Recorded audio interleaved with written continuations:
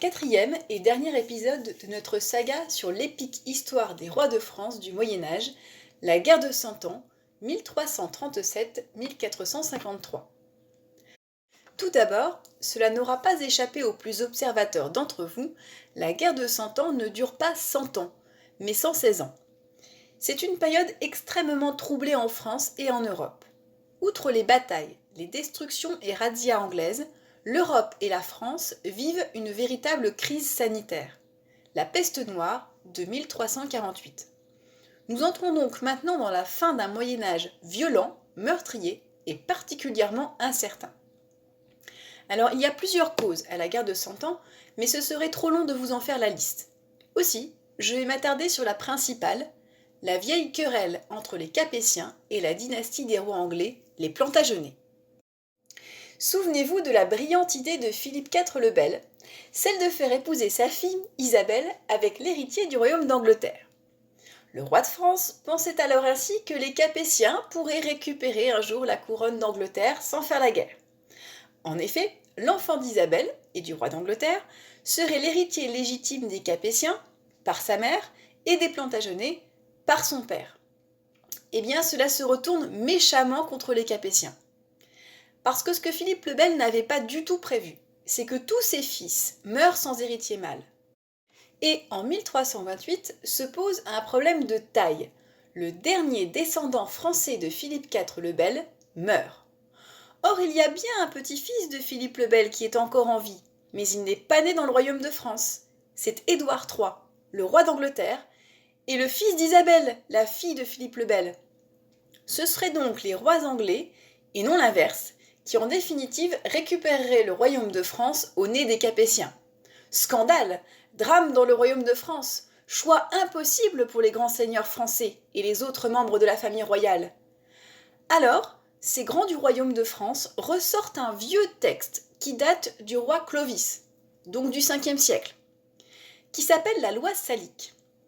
Cet ensemble d'articles de loi interdit notamment aux femmes d'hériter des terres de leur père, et donc du royaume de France.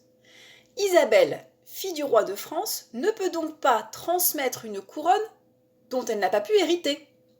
Son fils, le roi d'Angleterre, ne peut donc pas devenir le roi de France. Oui, j'en conviens, il y a une belle dose de mauvaise foi dans cette histoire. Toujours est-il que les grands seigneurs de France choisissent de mettre sur le trône un Français, un neveu de Philippe le Bel, donc un homme issu de la famille Capétien. Il s'appelle Philippe VI de Valois.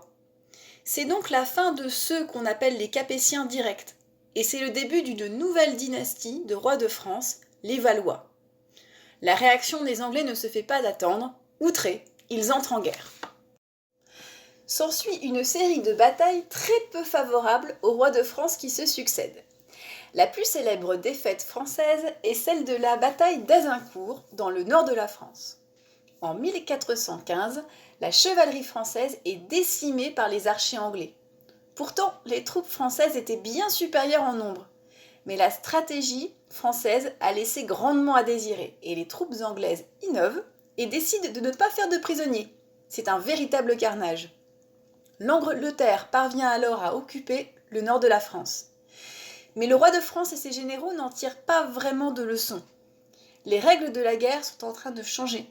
Les armes aussi, et les chevaliers français, si fiers de leur code d'honneur et de leur lignée, ne sont plus adaptés au champ de bataille. Les défaites françaises s'accumulent, le royaume de France est régulièrement ravagé par des incursions anglaises, et les rois anglais parviennent même en 1420 à faire signer un traité au roi de France, Charles VI, qui fait d'Henri V, roi anglais, le roi légitime de la France. C'est la catastrophe pour le fils de Charles VI, le dauphin Charles, qui se voit alors écarté du trône de France. Pourtant, les Anglais ne sont pas encore parvenus à conquérir tout le royaume de France. Une partie sud du royaume résiste encore. Vous avez déjà étudié l'histoire du dauphin Charles et de son aide providentielle, Jeanne d'Arc. Je ne m'y attarde donc pas trop. En 1429, Jeanne, jeune femme de Lorraine, rejoint le dauphin Charles qui s'est réfugié près de la Loire et l'aide à reprendre Orléans, assiégé par les Anglais. Les armées du roi de France parviennent à avancer jusqu'à Reims, où le dauphin est sacré selon la tradition. Il devient Charles VII, roi de France, le vrai roi légitime et surtout sacré par la volonté de Dieu. Charles VII fait ensuite la reconquête progressive du territoire et remporte la victoire finale en 1453. Les Anglais ont bien été boutés hors de France, comme le souhaitait Jeanne d'Arc, et il ne leur reste plus que la ville de Calais, au nord du royaume. C'est au XIXe siècle que l'expression guerre de 100 ans est devenue l'expression habituelle pour qualifier cette période de trouble de la fin du Moyen Âge. C'est un moment de bouleversements sociaux et économiques. Le vieux système féodal, porté par les seigneurs dans leurs fiefs, arrive à son terme. Les rois ont affirmé leur pouvoir presque absolu sur leur royaume, et de nouvelles forces apparaissent, comme la bourgeoisie des villes. La guerre aussi a évolué, avec la création d'armées permanentes et salariées, et l'utilisation d'armes à feu. Les seigneurs et les chevaliers sont alors mis au second plan. Ce qui n'a pas changé par contre, ce sont les prétentions des rois anglais à devenir rois de France. Ainsi, il faudra attendre le XIXe siècle pour que les rois anglais ne portent plus officiellement le titre de roi de France et d'Angleterre. Mais ceci est une autre histoire.